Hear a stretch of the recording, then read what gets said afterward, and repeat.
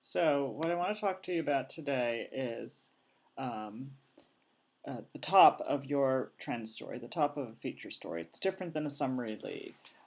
You have what we're going to write is an anecdotal lead and a nut graph. So the nut graph is the main point of your story. It's like your summary lead, but it's a little lower in the story and little after a couple of paragraphs. And you start out with a story to get people to introduce someone to get them into the human side of what's going on in your story rather than just facts. So here's a story that was in the New York Times this weekend on families that are dealing with children who were born to mothers of Zika. With Zika, the Zika virus, they have profoundly disabled, underdeveloped brains.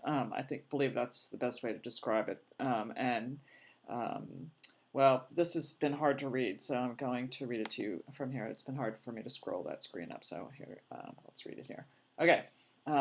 So here is what I'm talking about, the anecdote, the story that sort of brings the reader into the people. So, not a soul was in sight on the narrow, dusty street except for a cat skittering under a three-quarter moon. It was 2:30 a.m., and in a small pink house of 29 steps carved jaggedly into a red clay embankment, Vera Lucia da Silva was readying her baby for a journey to the city of Recife, I'm mispronouncing it, 2.5 hours away. Cradling Sofia Valencia, she walked through the fog-shrouded town, then climbed into a government van for a jostling ride, arriving just after sunrise. They make the arduous trip several times a week. It is the only way to get treatment and therapy Sophia needs for an ominous array of problems caused by the Zika virus.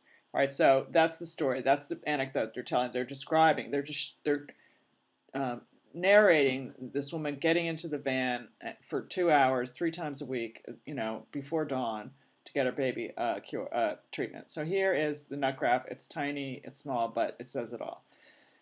Now more than a year old, Sophia is a child of the Zika epidemic, one of nearly 2,500 babies in Brazil born to infected mothers with brain damage so profound the consequences are only beginning to be understood.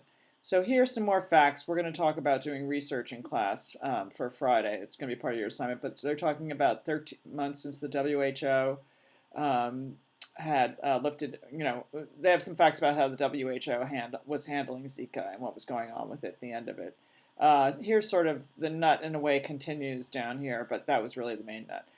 For families of Zika babies, however, the disastrous effects are only deepening. That is especially true in the impoverished cities and villages of northeastern Brazil, where the connection between the mysterious virus and infants born with tiny misshapen heads was first detected, and where hundreds of families are struggling to give these babies the best life possible.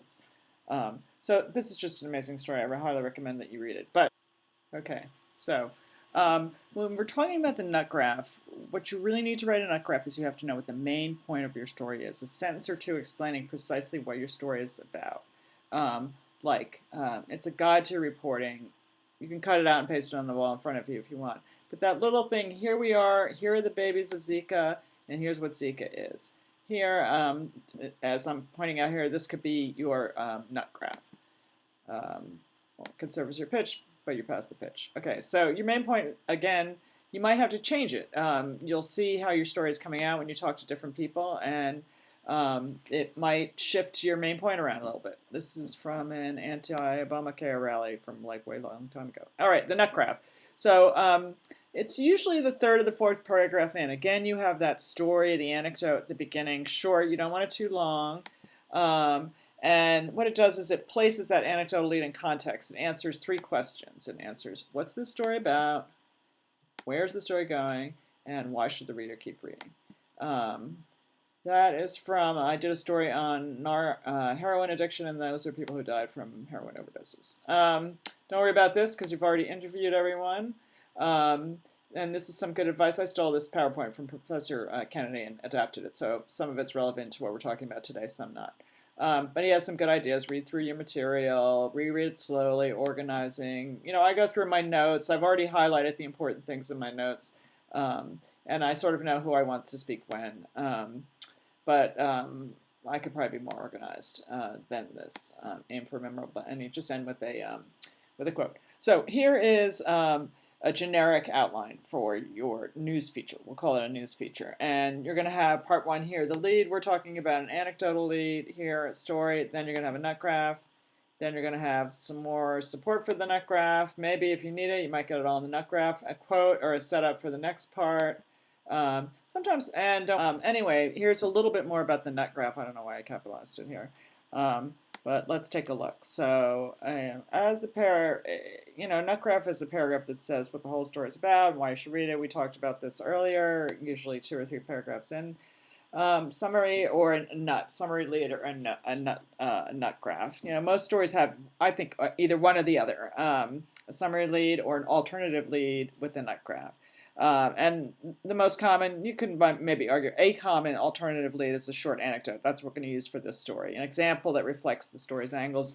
Usually you want to get some people in there. Sometimes you can set a scene and do it that way, but you want to have an example. And then you're going to get, So this is an example from Poynter Institute. It's about pork barrel politics, meaning people who bring money into their state just to bring money in for projects, federal projects that are not very useful. So, high on a mountain overlook, construction crews blast through solid rock on a 20-hour day rush schedule to build the first 2 miles of an expressway that for the next few years will lead to only a turnaround. But for the promoters in this Appalachian university town, that's of little concern. Dubbed the Smart Road and designed to double as a high-technology research site, this federal state project shows how a little pork tucked into the federal transportation bill can buy a whole hog for the community. A little cutesy, really, but you see what I mean. All right, so this is another story about obnoxious kids shooting old people with super soakers. I shouldn't laugh. And these giant squirt guns that you might have used when you were young. So it opens with 2 vignettes about the problems of these poor elderly people in this St. Petersburg neighborhood. And it goes like this. So, in his lead, he describes how Avita Berry watched as the occupants of a car let loose with thick streams of water soaking anyone unlucky enough to be in range. And Annie Lee saw a group of preteens open fire with massive water guns filled with bleach strong enough to turn her grass white. So now we're going to come to the nut graph. We're going to step back from those specific cases, and we're going to clue the reader into the whole story. Barry and Lee are victims of a new urban weapon in the South St. Petersburg, super soaker water guns. High-powered, bubble-shaped neon water guns that can extend to 3 feet and hold up to 2 gallons of water. They tell stories of guns filled with bleach, hot pepper, and even garlic, and say that neighborhood youth have taken the game too far. This summer has seen an explosion of super soaker use on the South Side, say residents, local retailers, and police. This is something that Poynter stuck in there, and don't worry about it. It can be longer than 1 paragraph, but it shouldn't be more than 2 or 3 paragraphs. But really, again, to go back to it, know your main point. Constantly rewrite it. It really, if you keep rewriting it, it will reveal holes during the process. So that's the nut graph, and I'll give you one more example. Could go on my Eclipse page and look at it. I use this format a lot. It's a pretty standard format. So here is my rose story. My nut graph's chopped up a little bit in here. It's kind of split in half, but I'll show you. I'll read it to you. Now this is going to be hard to read. Okay. I think I read this in class. Anyway, on a bright August afternoon, a half a dozen people picked their way through 2 adjacent rose beds in the public garden. Some wear straw hats, all wear thick green rubber gloves as they bend over to prune bushes and remove dead blooms and otherwise tend to the roses. None of them works for the city. They are members of the Rose Brigade, volunteer gardeners who show up every Tuesday. They have been working on the beds for 25 years, and China Altman has been there from the beginning. And here we're introducing China. There's a little description. We're wearing a hairband, whole back or shaggy chin-length red hair. Altman stands in one bed assigning tasks, chatting with tourists and demonstrating rose care techniques.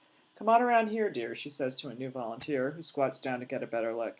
Keeping the ground very clean is one of the secrets to keeping roses healthy.